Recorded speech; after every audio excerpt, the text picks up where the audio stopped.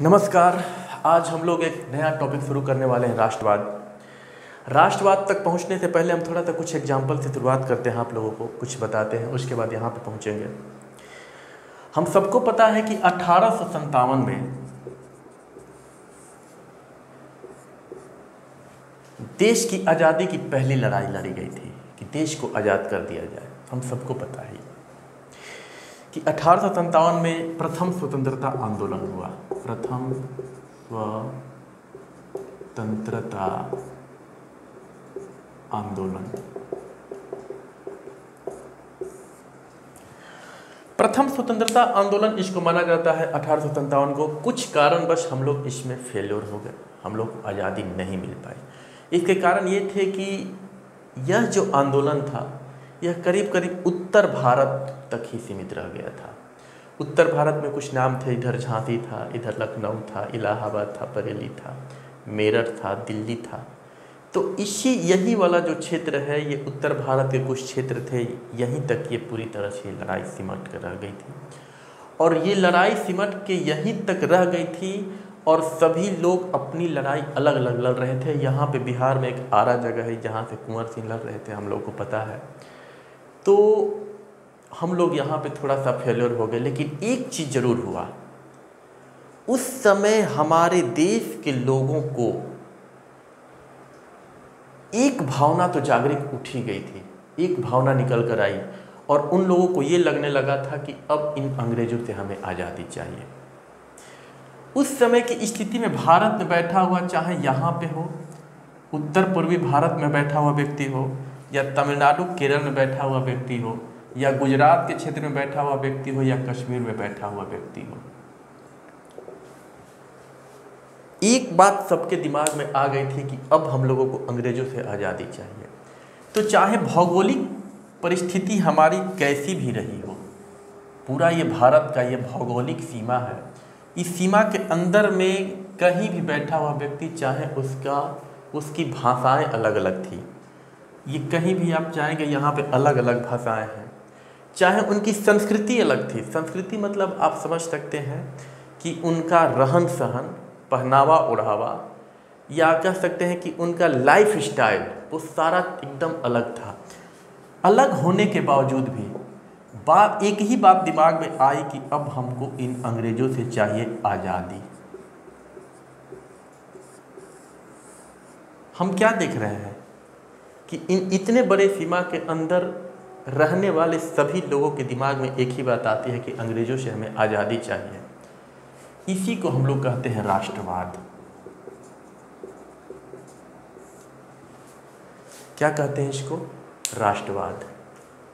राष्ट्रवाद की परिभाषा हम लोग ऐसे ही दे सकते हैं कि चाहे हम किसी भी भौगोलिक सीमा के अंतर्गत किसी जगह पर बैठे हों, अगर हमारी जन भावना की सोच जब किसी भी स्थिति में एक जैसी सोचती है, उस समय उस स्थिति को हम लोग कहते हैं कि वह राष्ट्रवाद की स्थिति है। और कुछ सोचते हैं, जैसे मान लीजिए कि हमारे देश में अगर कश्मीर में अगर कोई सैनिक शहीद होता है तो देश के किसी भी कोने में बैठे हुए व्यक्ति का खून खौल जाता है और उनको लगता है कि क्यों हमारे देश की सरकार रुक रही है, चुप क्यों है, क्यों नहीं घुस के मार रही है। अगर हमारे देश के किसी भी कोने में बैठा हुआ व्यक्ति अगर कहीं कोई खिलाड़ी अगर कप जीत के आता है, जैसे 2011 में वर्ल्ड कप भारत ने जीता था, अभी कॉमनवेल्थ में इतने बड़े लोग, इतने खिलाड़ियों ने अच्छा काम किया है, पूरे देश के सभी व्यक्तियों को, चाहे वो कहीं भी रहे हों, सबको एक जैसी खुशी हो रही है।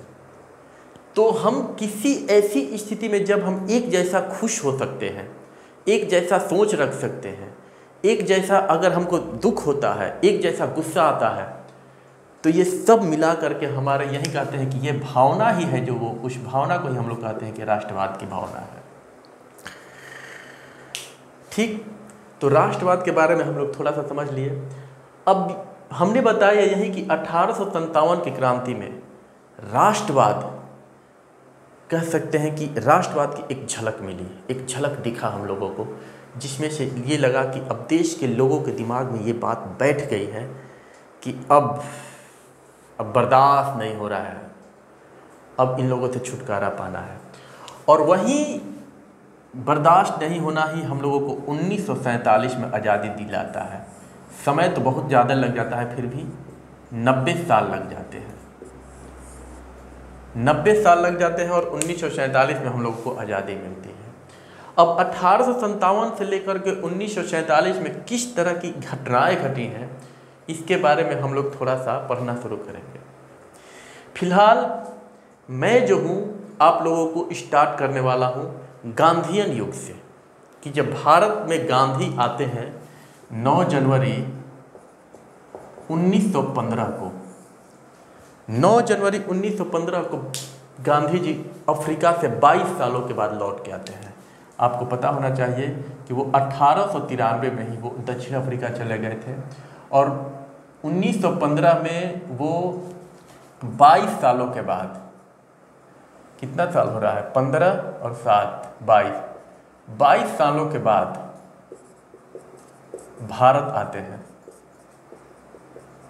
भारत लौट के आते हैं। उस समय गांधी की उम्र है 47 ईयर्स। मतलब कि गांधी जब इंडिया लौट के आते हैं तो उस समय उनकी उम्र है 47 साल। हम लोग गांधीयन युग के बारे में पढ़ेंगे। गांधीयन युग को कह सकते हैं कि उनका जो कार्यकाल इंडिया में शुरू होता है वो 1915 से होता है और 1948 तक। इसी कार्यकाल के बारे में हम लोग पढ़ने वाले हैं। 1857 की क्रांति के बाद थोड़ा सा 1857 की जब क्रांति बीतती है उसके बाद हमारे देश में उन महान पुरुषों का जन्म होता है जो इस देश को आज़ाद कराने में उनकी एक अहम भूमिका है, और धीरे धीरे हम उनके बारे में बढ़िया से पढ़ेंगे, उनके बारे में अध्ययन करेंगे और उनकी इस देश में क्या उपलब्धि रही है उस उपलब्धि के बारे में भी जानेंगे। सबसे पहले हम लोग शुरुआत करते हैं, उनका कुछ नाम लिखते हैं और उनका जन्म कब होता है उनके बारे में थोड़ा सा लिखते हैं। ये अभी हम शुरुआत कर रहे हैं। समझ लीजिए कि राष्ट्रवाद को मान कर चलते हैं कि हम लोग एक मूवी देखने वाले हैं राष्ट्रवाद पर। इस मूवी में क्या होगा कि हम लोग बातें सुनेंगे और दिमाग में अपने इमेजिन करेंगे कि किस तरह से घटनाएं घट रही हैं। पहले हम सभी कलाकारों के नाम लिख रहे हैं, वो कलाकार जिनका बहुत बड़ा योगदान था। कुछ ऐसे कलाकार थे जिनका योगदान था लेकिन वो कभी सामने नहीं आए, उनका भी बहुत बड़ा योगदान था। अभी फ़िलहाल कुछ लोगों के मैं नाम लिख रहा हूँ, आप लोग इसको ध्यान रखेंगे और ध्यान क्या रखेंगे, इसको याद रखेंगे और आगे जैसे जैसे हमारी कहानी बढ़ती जाएगी उसमें इन लोगों का क्या क्या रोल रहा उसके बारे में पता चलेगा। तो 1857 के आसपास सबसे पहले हम लोगों के यहाँ जो है वो बाल गंगाधर तिलक,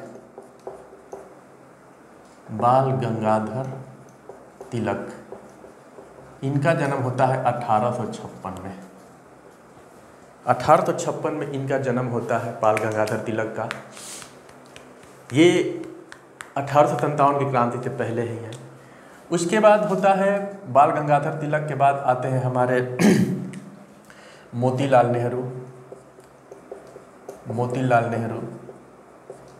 1861। देखिए अब ये महानुभाव लोगों का जन्म धीरे धीरे हो रहा है और आज़ादी में उनका किस तरह से उनका योगदान रहा, आप लोग इसको पढ़े भी हैं। और अब थोड़ा सा ये अलग तरह से एक बना रहे हैं हम स्टोरी, और उस स्टोरी में आप लोगों को बड़ी मज़ा आने वाला है।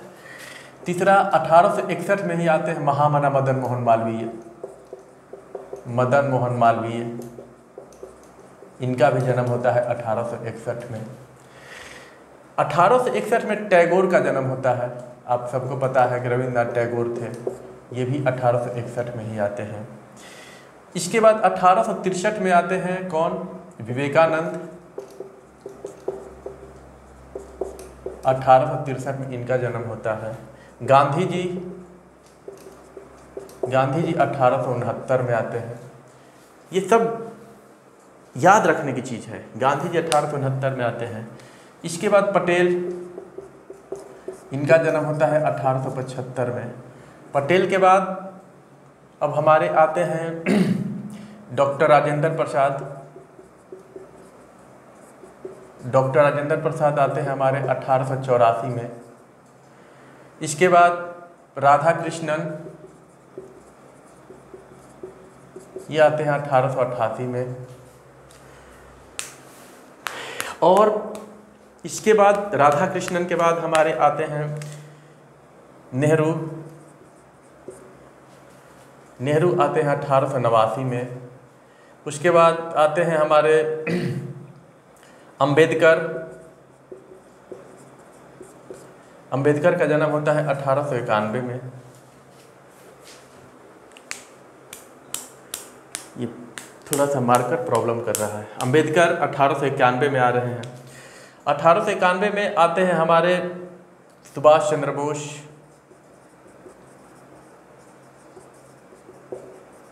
1897 में।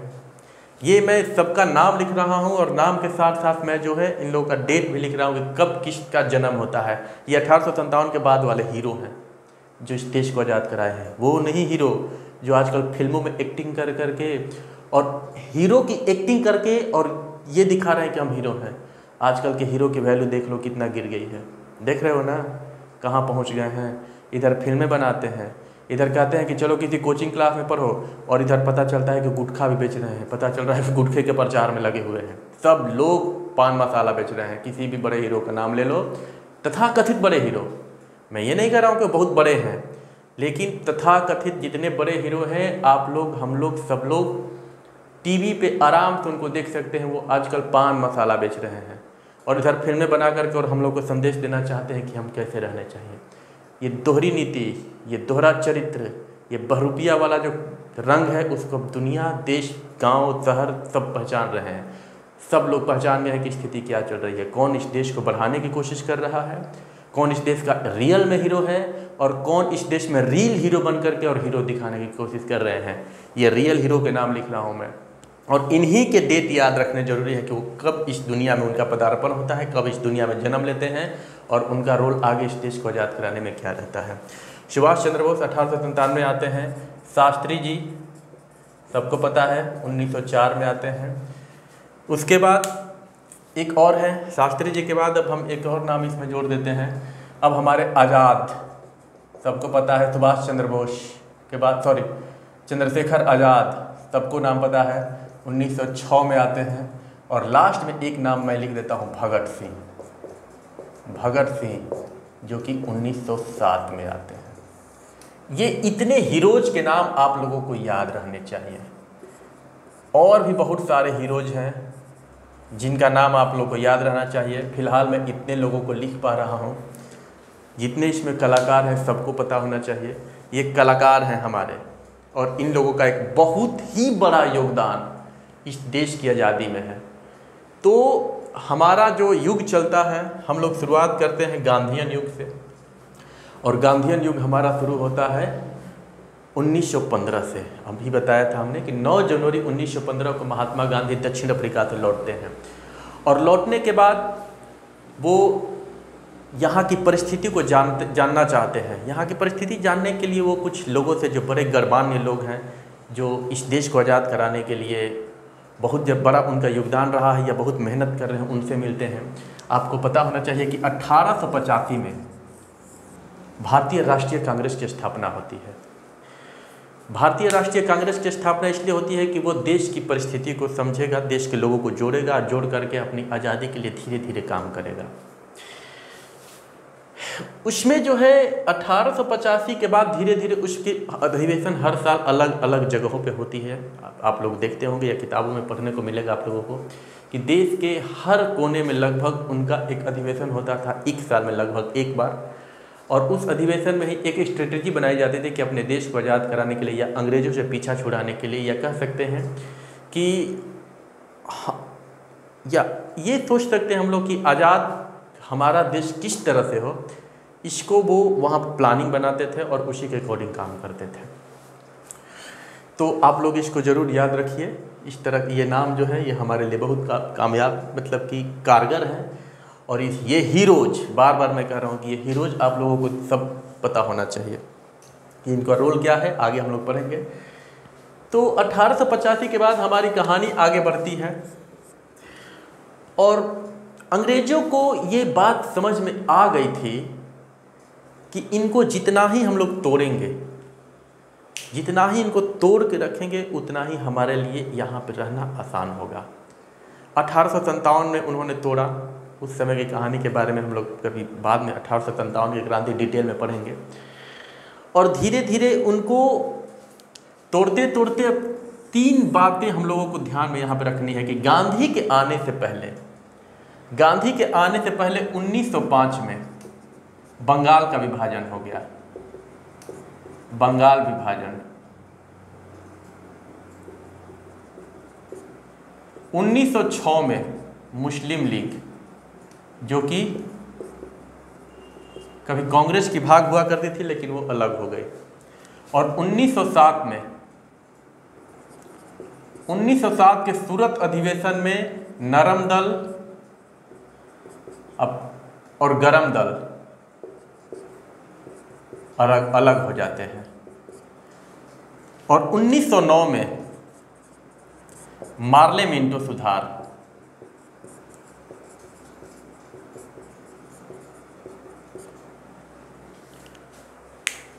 1905 में बंगाल का विभाजन कर देते हैं। 1906 में मुस्लिम लीग, माने टुकड़े टुकड़े हो रहे हैं। देखो यहाँ पे एक बड़े स्टेट को तोड़ दिया गया, यहाँ पे मुस्लिम लीग अलग हो जाती है कांग्रेस से। कांग्रेस एक साथ जैसे चल रही थी, सबको ले करके उसमें से मुस्लिम लीग अलग हो जाता है। और बाकी जो कांग्रेस बचती है, 1907 के जो सूरत में अधिवेशन हो रहा है कांग्रेस का, उसमें ये 2 भाग हो जाता है, एक नरम दल बन जाता है, एक गरम दल बन जाता है। नरम दल में नरम विचारधारा के लोग थे, जिसमें से कह सकते हैं कि सुरेंद्र नाथ बनर्जी थे, उस समय जो थे दादा भाई नौरोजी थे। ये लोग थोड़ा सा नरम दिल इंसान थे, ये लोग एक साथ हो गए।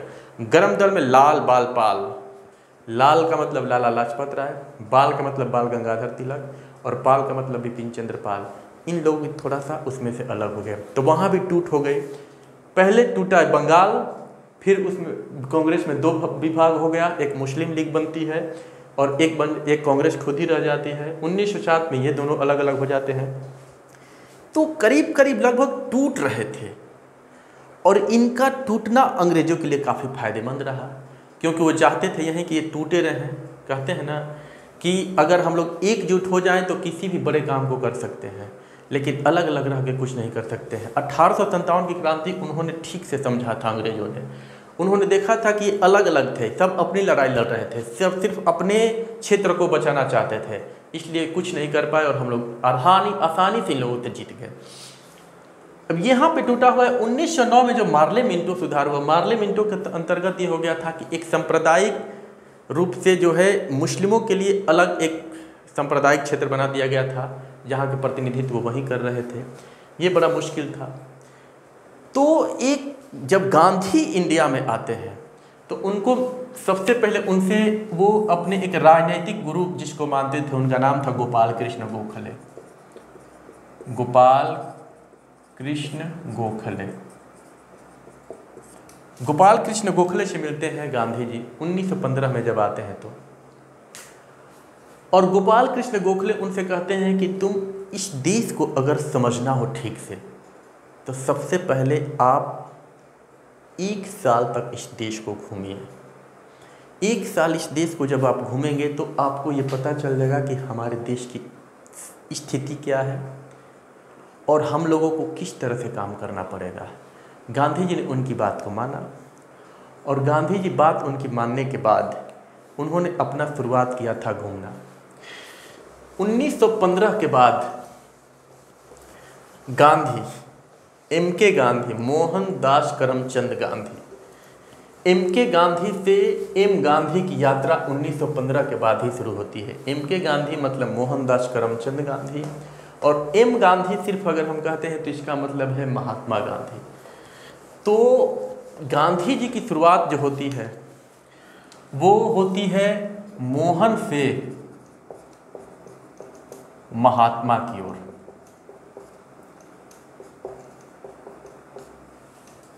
मोहन से महात्मा की ओर गांधी जी की शुरुआत 1915 में शुरू होती है। 1915 में ही इनसे मिलते हैं गोखले साहब, और उन्होंने ये बात कही है उनसे। अब जो है वो सबसे पहले 1916 में हम आते हैं। 1916 की बात है। 1916 में होता यह है कि BHU की स्थापना होती है। सबको पता है कि BHU जो है वो बनारस में है। इसका पूरा नाम होता है बनारस हिंदू यूनिवर्सिटी। BHU का पूरा नाम है बनारस हिंदू यूनिवर्सिटी। इसको बनाने में सबसे बड़ा महत्वपूर्ण स्थान था महामना मदन मोहन मालवीय। मदन मोहन मालवीय। थोड़ा सा इसकी हिस्ट्री बता देते हैं, अच्छा लगेगा, इंटरेस्टिंग है और आप लोग को भी जानना चाहिए। BHU जो है उसको माना जाता है कि एशिया में इससे बड़ा कोई यूनिवर्सिटी नहीं है जिसमें कि एक बहुत बड़ा छात्रावास भी है। इसमें अभी भी करीब 30,000 के आसपास स्टूडेंट पढ़ते हैं। 30,000 के आसपास आज भी इसमें स्टूडेंट पढ़ते हैं। और इस 30,000 स्टूडेंट में कह सकते हैं कि कम से कम 48 देशों के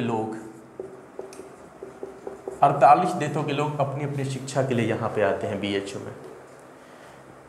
उत्तर भारत के लोगों के दिमाग में ये बात आती है कि BHU में BHU जैसी संस्था में पढ़ना एक बहुत बड़ी बात होती है।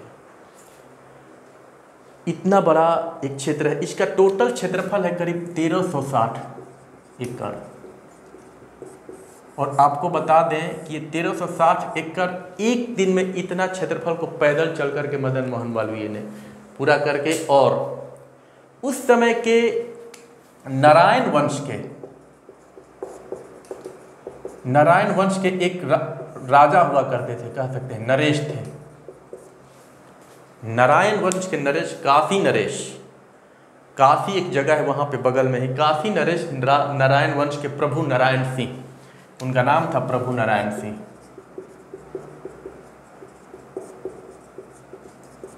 प्रभु नारायण सिंह ने उनसे ये कहा कि आप एक दिन में, इन्होंने जब अपनी मनसा जाहिर की कि मैं चाहता हूं कि हमारे पास ऐसा यूनिवर्सिटी हो जिसमें इस देश के सभी लोग तमाम तरह की दीक्षा के लिए, चाहे वो भाषा की शिक्षा हो, चाहे वाणिज्य की शिक्षा हो, चाहे साइंस की या SST में कोई भी शिक्षा जो इस तरह से अगर जो लेना चाहे, हम चाहते हैं कि एकीकृत एक ऐसा हमारे पास पूरा एक यूनिवर्सिटी हो जहाँ पे लोग रह के और आराम से पढ़ें और इस देश को आज़ाद करने में अपनी अहम भूमिका निभाएं।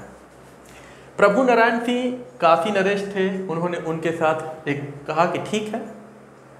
उन्होंने एक डील किया और कहा कि आप एक दिन में जितना पैदल घूम करके जितना एरिया में आप घूम लेंगे वो मैं यूनिवर्सिटी के लिए आपके दान में दे दूंगा।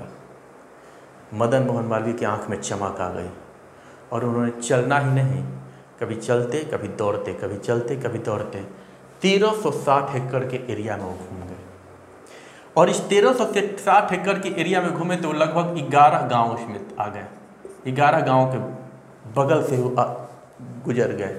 उसमें करीब ऐसा माना जाता है कि उस गांव पूरे क्षेत्र में करीब 70,000 पेड़ थे, 120 कुएं थे और इसी तरह से बहुत सारे वहाँ पे और भी छोटे बड़े घर द्वार जितने भी होते हैं वो सब थे, लगभग ऐसा माना जाता है। और इतना करने के बाद प्रभु नारायण सिंह ने उनको दान में दे दिया और दान में देने के बाद उसमें वो यूनिवर्सिटी बनना शुरू हो गई थी। तो ये तो BHU की बात है। BHU कैंपस में आप जाएंगे, वहाँ के लोगों को देखेंगे, वहाँ के छात्रों को देखेंगे तो आपको एक अजीब सा फीलिंग होगा और आपके दिमाग में यही बात आएगा कि काश मैं भी प्रयास ऐसा करूं कि मैं BHU जैसी संस्था से जुड़ूं। और इसका एक साउथ कैंपस है। थोड़ा सा मैं ट्रैक से बाहर जा रहा हूं, लेकिन BHU की बात आ जाती है तो थोड़ा सा मुझे अच्छा लगता है बताने में, क्योंकि मैं खुद ही थोड़ा BHU से पढ़ा हूँ। साउथ कैंपस जो है उसका मिर्ज़ापुर में पड़ता है, इसी BHU का, और वो 2700 एकड़ में है। 2700 एकड़ में फैला हुआ ये साउथ कैंपस है और ये बनारस में 1360 एकड़ में फैला है। आपको बता दूं कि काशी नरेश प्रभु नारायण सिंह ने उनको दिया था। ये तो एक कहानी हो गई BHU की। तो 1916 में डेट है 4 फरवरी, 4 फरवरी, और दिन है बसंत पंचमी का दिन। बसंत पंचमी का दिन, या आप लोग या हम लोग इसको अपने तरफ कहते हैं सरस्वती पूजा। और उसी दिन इसका 1916 में इसकी स्थापना होती है और मदन मोहन मालवीय जो है उसके संस्थापक में से रहे हैं। और उस दिन पहली बार गांधी जी को उस समय उनको इनविटेशन दिया गया। मतलब 15 में गांधी आए, अभी देश में धीरे धीरे घूमने का प्रयास ही कर रहे थे, तब तक 1916 में उनको ये बात पता चली और उनको ये बुलाया गया था, इनविटेशन दिया गया। उस समय तक गांधी का बहुत बड़ा नाम नहीं था। हाँ, ये जरूर पता था कि एक व्यक्ति हैं जो कि दक्षिण अफ्रीका में जा कर के और वहाँ पे अपने देश के हित में, अपने देश के लोगों के हित में कुछ काम किए हैं, उतना बड़ा नाम नहीं था। गांधी जी आते हैं, उनको बुलाया जाता है। उस समय एनी बेसेंट भी वहाँ पे थी। एनी बेसेंट आपको पता होगा कि वहीं पे बगल में CHS की स्थापना उन्होंने ही किया था। इनविटेशन उनको दिया जाता है तो गांधी तो आते हैं और कहा जाता है यह है कि उस समय गांधी की ये पहली जो है वो सार्वजनिक उपस्थिति थी, माने सार्वजनिक रूप से वो लोगों के सामने आते हैं। उस समय गांधी जी आते हैं। उसके पहले भारत में वो किसी सार्वजनिक जगह पर उस तरह से नहीं पहुंचे थे। यहाँ पर एक स्पेशल इनविटेशन पर उनको बुलाया गया था और वो आते हैं। और गांधी जी वहाँ पर जब आए, वहाँ पे लोगों को देखे, तो देखने के बाद उनके मन में एक थोड़ा सा एक दुख व्यक्त किए वो। और दुख इस बात का था कि वहाँ पे सिर्फ बड़े बड़े लोग ही थे। मतलब बड़े लोग में वहाँ पे पढ़े लिखे लोग और भी बड़े ज़मींदार लोग थे, नरेश लोग थे, इस तरह से कुछ अंग्रेज के अधिकारी थे। और एक कह सकते हैं कि पूरा एक इंटेलेक्चुअल क्लास ही था। उसमें सामान्य या निम्न वर्ग के लोग या किसान जैसे लोग, इस तरह के लोग वहाँ पे नहीं बैठे थे। गांधी जी को जब वहाँ पे कुछ कहने को मौका दिया गया तो उन्होंने ये कहा कि हम लोग किसानों और मजदूरों का कमाया हुआ धन केवल अपने यूज के लिए अगर करते हैं या अपने लोगों तक ही पहुँचाते हैं, इससे अगर हम लोग चाहेंगे कि इस देश का विकास हो या इस देश को आज़ादी मिले या स्वराज की जो हम लोग कल्पना कर रहे हैं वो सही नहीं है। जब तक इन लोगों को भी अपने बीच आप लोग नहीं लेकर आएंगे, तब तक हमारा देश स्वराज की जो हम लोग एक अपनी महत्वाकांक्षा रखते हैं वो संभव नहीं है। क्योंकि 1909 में गांधी जी एक किताब लिखे थे, हिंद स्वराज। और हिंद स्वराज में ही उन्होंने ये कहा था कि उन्होंने ये बताया था कि हमारे देश की जो संस्कृति है वो एक बेहतर है। मैं उसका पैरोकारी हूँ, मतलब मैं उसको बहुत अच्छा मानता हूँ। मेरी बड़ी इच्छा होती है कि मैं अपने देश की संस्कृति को और लोगों तक पहुँचाऊँ, क्योंकि इससे बेहतर संस्कृति और सभ्यता और कहीं नहीं मिलेगी। और उनका ये कहना था कि अगर हम लोगों को स्वराज चाहिए तो हम लोगों को सबसे पहले विकास करना पड़ेगा अपने ग्रामीण क्षेत्र का, क्योंकि उनको पूंजीवादी व्यवस्था में उतना ज़्यादा भरोसा नहीं था। और वो चाहते थे कि हमारा पहले ग्राम अगर अच्छा रहेगा तो ग्राम से ही हम धीरे धीरे आगे बढ़ते हुए और इस देश को एक स्वराज तक ले जा सकते हैं। 1909 में उनकी ये किताब पहले ही छप चुकी थी। उन्होंने इसमें लिख दिया था, लोगों को तक ये बात पहुंचाए वो, और कहे कि आप लोग पहले निम्न वर्गों को भी उठाइए, जो नीचे तबके के लोग हैं अगर उनको ऊपर नहीं उठाएंगे तो आप लोग जिस तरह की इच्छा रखते हैं वो कभी पूरा होने वाली नहीं है।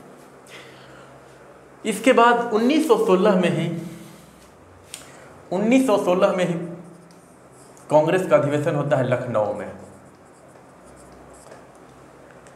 1916 में ही लखनऊ में अधिवेशन होता है कांग्रेस का, और उसमें गांधी जी को इनवाइट किया गया है। गांधी जी वहाँ पे पहुँचते हैं और सबसे पहले वहाँ पे यही होता है कि मुस्लिम लीग और कांग्रेस दोनों एक साथ मिल जाते हैं। मुस्लिम लीग और कांग्रेस का क्या हो जाता है, वहाँ पे मिलन होता है। ये बहुत अच्छी बात है कि दोनों एक साथ मिल जाते हैं और वो सोचते हैं कि अब हम लोग मिल करके काम करेंगे। उसी समय एक बिहार के चंपारण का एक किसान, संपन्न किसान थे, उनका नाम था राजकुमार शुक्ल। राजकुमार शुक्ल वहाँ पे गांधी जी से मिलते हैं और गांधी जी से मिलने के बाद वो कहते हैं कि आप कभी हमारे यहाँ पहुँचिए, हमारे यहाँ बड़ी दिक्कत हो रही है। तो उन्होंने, गांधी जी ने पूछा कि क्या दिक्कत हो रही है, बताइए हमको। तो उन्होंने कहा कि हमारे यहाँ जो अंग्रेज लोग हैं वो हम लोगों को बहुत परेशान कर रहे हैं और कुछ ऐसी प्रणाली बना दी है, कुछ इस तरह के चीज़ों को हम लोगों को करने के लिए दबाव डाल रहे हैं जिसको हम चाहते नहीं हैं। तो उन्होंने कहा कि ठीक है। गांधी जी 1916 के बाद 1917 में JB कृपलानी और राजेंद्र प्रसाद के साथ जाते हैं चंपारण। और चंपारण में जब जाते हैं वहाँ पे तो लोगों को की समस्याओं को सुनते हैं, और लोगों की समस्या सुनने के बाद उनको यही लगता है कि सबसे पहले उन्होंने यही कहा कि आप लोग पहले सत्याग्रह करिए। देखिए, सत्याग्रह वो अफ्रीका में किए थे। अफ्रीका में सत्याग्रह का सफल प्रयोग करने के बाद अब उन्होंने इंडिया में सत्याग्रह की शुरुआत की। सत्याग्रह का सीधा सा मतलब है कि सत्य का आग्रह करना, किसी भी स्थिति में सत्य को नहीं छोड़ना, अपनी बातें कहना, सत्य के साथ खड़े रहना, और उस सत्याग्रह में कभी भी हिंसा का जगह ना हो, सिर्फ अहिंसा का जगह हो। उस सत्याग्रह में किसका जगह हो? सिर्फ अहिंसा, मतलब उसमें लड़ाई झगड़ा या किसी को चोट पहुंचाने वाला काम नहीं होना चाहिए। सिर्फ उसमें होना चाहिए अहिंसात्मक बातें कहनी है, सत्य के साथ आग्रह करिए, और अगर वो नहीं मानते हैं तब हम लोग असहयोग करेंगे। गांधी जी के साथ 2-3 बातें जुड़ी हुई हैं। वो सबसे पहले कहीं भी जाते थे तो अपनी बातें कहते थे। गांधी जी की सबसे बड़ी खासियत ये थी कि वो सबसे पहले कहीं भी गए, अपना कोई भी बात मनवाना हो, अगर किसी से अंग्रेजों से, अगर अंग्रेजी थे उस समय जो हमारे लिए समझ लीजिए कि कह सकते हैं कि एक काल बन करके बैठे हुए थे, जो अपनी तरीके से चलते थे। गांधी की सबसे बड़ी खासियत ये थी कि वो सबसे पहले सत्याग्रह करते थे, सत्य के साथ अपनी बातों को रखते थे कि भाई हमारे साथ कुछ ज्यादती हो रही है, आप लोग उसको थोड़ा सा ठीक करिए। इसके बाद वो असहयोग करते थे। जब कोई सत्याग्रह पर नहीं मानता था तो वो वहाँ पे असहयोग शुरू करते थे। और उनका तीसरा जो सबसे बड़ा हथियार था, तीसरा सबसे बड़ा हथियार था कि वो बैठ जाते थे कहाँ पे? अनशन पे। और ये अनशन पर बैठना पूरे आपको बता दें कि जब हम लोग इसमें पढ़ेंगे, आगे बढ़ेंगे, तो जब वो अनशन पर बैठे पूरा देश हिल गया। देश को हिला देने की क्षमता उस 5.5 फीट के व्यक्ति में थी। 5.5 फीट का व्यक्ति जो धोती को पहनता था और उसी धोती को ओढ़ लेता था, जिसको कभी चर्चिल ने कहा था अर्धनग्न फकीर, वो व्यक्ति इस देश के अंग्रेजों को कभी हिला देता था। कहानी लंबी चौड़ी चलेगी, आज बस इतना ही करते हैं हम लोग कि चंपारण सत्याग्रह पर पहुँचे हैं। चंपारण सत्याग्रह में जो होता है, वहाँ पे नीलहे बाबू वो लोग होते हैं। नीलहे बाबू वो लोग होते हैं जो कुछ कह सकते हैं कि वो बागान जो है, कुछ बागान अपने जिम्मे ले लिए हैं और उसी को वो लोग ठेके पर दे करके उसमें खेती करवाते हैं। और किसानों को कहते हैं, किसानों से कहते हैं कि आप लोग नील की खेती करिए, और वहाँ पे 3 कठिया प्रणाली लगा देते हैं। 3 कठिया प्रणाली का सीधा सा मतलब होता है कि 1 बीघा जिसमें 20 कट्ठा ज़मीन होता है, उस 20 कट्ठे में आपको 3 कट्ठा ज़मीन में नील बोना है। अब अंग्रेज के कहने पर दबाव तो डाल देते थे और इसके बाद अलग अलग तरह के उन पर टैक्स लगा देते थे, कर लगा देते थे। किसान नहीं चाहते थे ये खेती करना, क्योंकि नील की खेती ऐसी होती है कि अगर नील कहीं अगर बो दिया जाए तो बाकी कोई भी फसल वहाँ पे होने नहीं देता है। तो लोगों को ये लगता था कि ये तो गड़बड़ है, और 3 कट्ठिया प्रणाली के तहत उनको 3 कट्ठा में नील बोना ही था। तो लोग पहुँचने लगे, उनसे जाकर कहते थे, नीलहे बाबू से कहते थे कि भैया ऐसा करिए ना कि हम नील की खेती करना नहीं चाहते हैं। तो कहता था कि ठीक है, तब इतना ज़्यादा पैसा भर दीजिए और जाइए, खेती मत करिए। मतलब कि नील की खेती से जितना फ़ायदा हो सकता था या पूरे खेत से जितना उनको मिलना था, उससे ज़्यादा वो लोग उनसे पैसा लेने लगते थे। और थोड़ा सा दिक्कत होता था उस समय आप सोच ही सकते हैं कि उस समय की स्थिति क्या थी। बहुत कम उपज होता था, किसी तरह से पेट पल जाए वही काफ़ी था, और उसमें भी इस तरह का टैक्सेशन, नील की खेती करना मजबूरी। और दूसरी बात ये थी कि नील की अगर आप खेती करते हैं, जब आपके पास नील हो जाता है एक अमाउंट में, तो आप किसी और को नहीं बेच सकते हैं। वो बेचने के लिए भी आपको उन्हीं के पास जाना है जिसने आपको दिया हुआ है। तो थोड़ा समस्या था का बने कह सकते हैं, थोड़ा क्या बहुत ज़्यादा समस्या थी। राजकुमार शुक्ल जो है वो अंग्रेज़ों से लड़ते रहे। गांधी जी जो है वहाँ पे गए और उन्होंने सबसे पहले सत्याग्रह किया। जब वो लोग नहीं माने तो असहयोग पर आ गए कि अब इन लोगों का सहयोग ही बंद कर दो।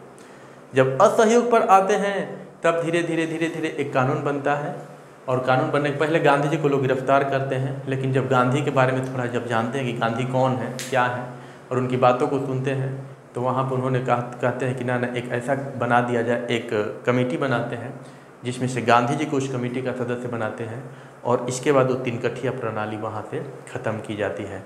तो वहाँ पे कह सकते हैं कि गांधी जी एक सफल परीक्षण अपना सत्याग्रह जो करके आए थे अफ्रीका में, गांधी जी यहाँ भी सफल हो गए चंपारण में। जब चंपारण में उनको सफलता मिली तो वहाँ के आसपास के किसान उनके एकदम कह सकते हैं कि उनके पीछे चलने लगे, भक्त हो गए। उसी चंपारण सत्याग्रह में JB कृपलानी है और राजेंद्र प्रसाद है, वो लगभग गांधी जी के साथ हो गए। ये राजेंद्र प्रसाद जो है वो बिहार के कह सकते हैं कि एक बहुत ही ज्ञानी व्यक्ति थे, यहीं सिवान जिले के थे और हाई कोर्ट में प्रैक्टिस करते थे, यहीं पटना में हाई कोर्ट में प्रैक्टिस करते थे। उनकी प्रैक्टिस ठीक ठाक थी, मतलब कि अच्छी खासी कमाई थी, एक अच्छे वकील थे। लेकिन गांधी जी के प्रभाव में आकर के उन्होंने अपना वकीली छोड़ दिया था और उनके साथ हो गए थे। तो देखिए कि अपने देश को आज़ाद कराने के लिए कितने बड़े बड़े लोगों ने त्याग किए हैं, और इस त्याग को भुलाया नहीं जा सकता है। आप हम मिल करके अगर इस देश को, अगर कहीं भी किसी भी परिस्थिति में अपने देश को नहीं छोड़ना चाहिए, नहीं छोड़ सकते हैं।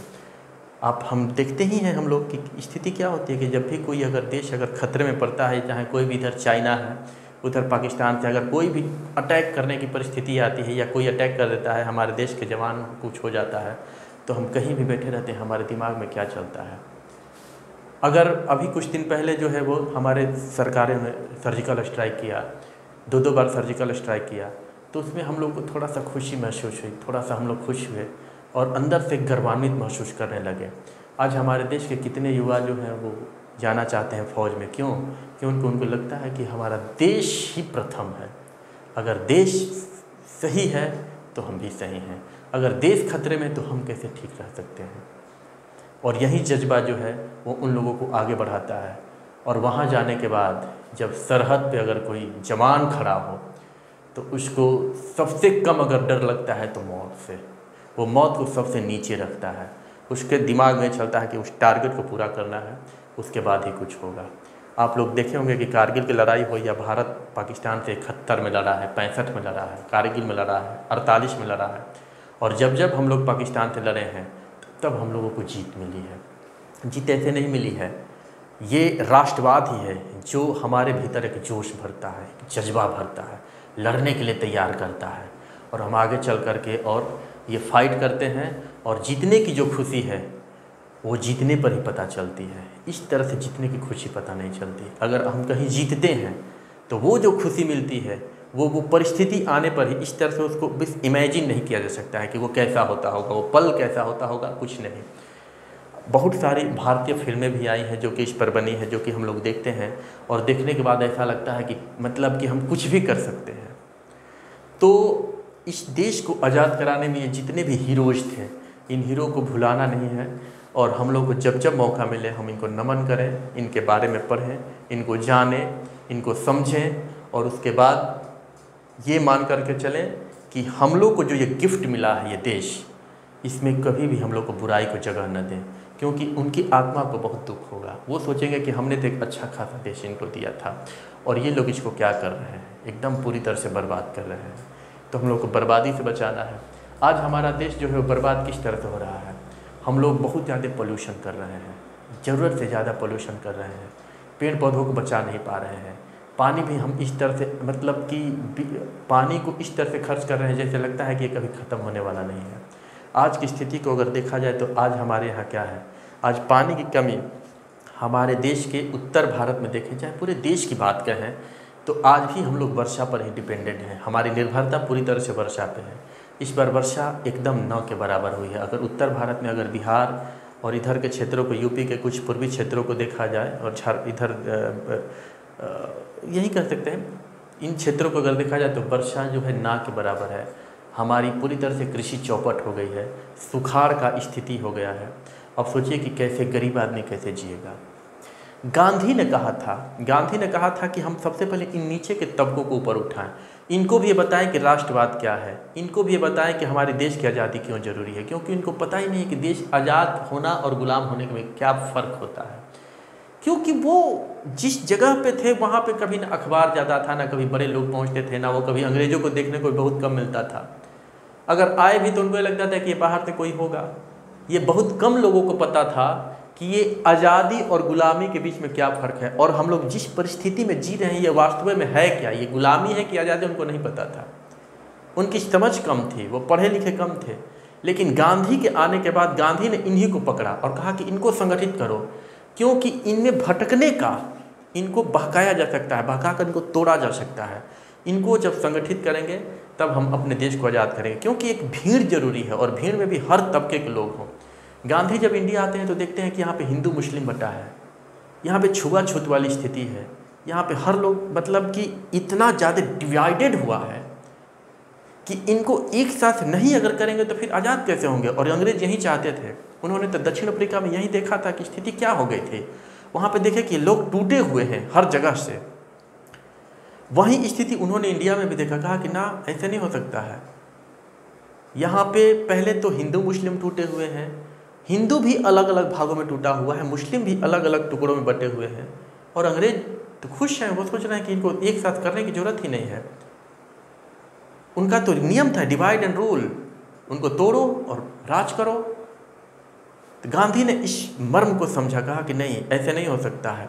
इसलिए हम आपको आगे बताएंगे कि वो उसके बाद कहाँ जाते हैं। 1917 में जाते हैं वो चंपारण में। चंपारण के बाद उनको खेड़ा से बुलाहट आती है, खेड़ा गुजरात में पड़ता है, वहाँ भी किसानों की ऐसे ही कुछ ऐसी स्थिति है। उसके बाद वही अहमदाबाद के मजदूर मिलों की स्थिति है, उसके बारे में हम अगले वीडियो में बताएंगे, लंबा वीडियो जा रहा है। तो हम एक ऐसी कहानी की तरफ आपको ले जा रहे हैं पूरे देश की आज़ाद कराने के लिए, और इस आज़ादी में किस तरह से लोगों का क्या रोल रहा इसको हम लोग जानेंगे। और आप मान कर चलिए कि राष्ट्रवाद इस बार हम एक फिल्म लेकर आए हैं, जिसमें से सिर्फ हम अपने डायलॉग बोलेंगे, और इस डायलॉग के माध्यम से आप लोग क्या करेंगे, उसको इमेजिन करेंगे कि क्या परिस्थिति रही होगी। प्रेमचंद ने उस जमाने में बहुत सारी किताबें लिखी हैं। प्रेमचंद का जन्म होता है 1880 में और उनकी मृत्यु होती है 1936 में। इस 56 साल में उस व्यक्ति ने इतना ज़्यादा लिख दिया और इतना ज़्यादा लोगों तक अपनी बातों को पहुंचा दिया कि 56 साल में उतना करना बड़ा मुश्किल है। गरीबी में जिया वो व्यक्ति, लेकिन उनकी किताबों को अगर पढ़ते हैं तो उस समय की परिस्थिति क्या थी, उस तरह के लोगों की ज़िंदगी कैसे चल रही थी, ये काफ़ी अच्छे से महसूस होगा। हम आगे इसमें बात करने वाले हैं, उनके कुछ कहानियों को कुछ इसमें डालेंगे ताकि कहानी में इंटरेस्ट बना रहे, और कहानी में जब इंटरेस्ट बनता रहे तो हमको लगता है कि सुनने में मज़ा आता है ना। तो सुनने में जब कोई चीज़ मज़ा आता है तो हम लोग को टाइमिंग का पता नहीं चलता है कि कितना उसमें टाइम लग रहा है। तो इसलिए टाइमिंग पे ज़्यादा ध्यान नहीं देना है, इसको बढ़िया से सुनना है। मैं अगले वीडियो में इससे आगे की बात कहूँगा।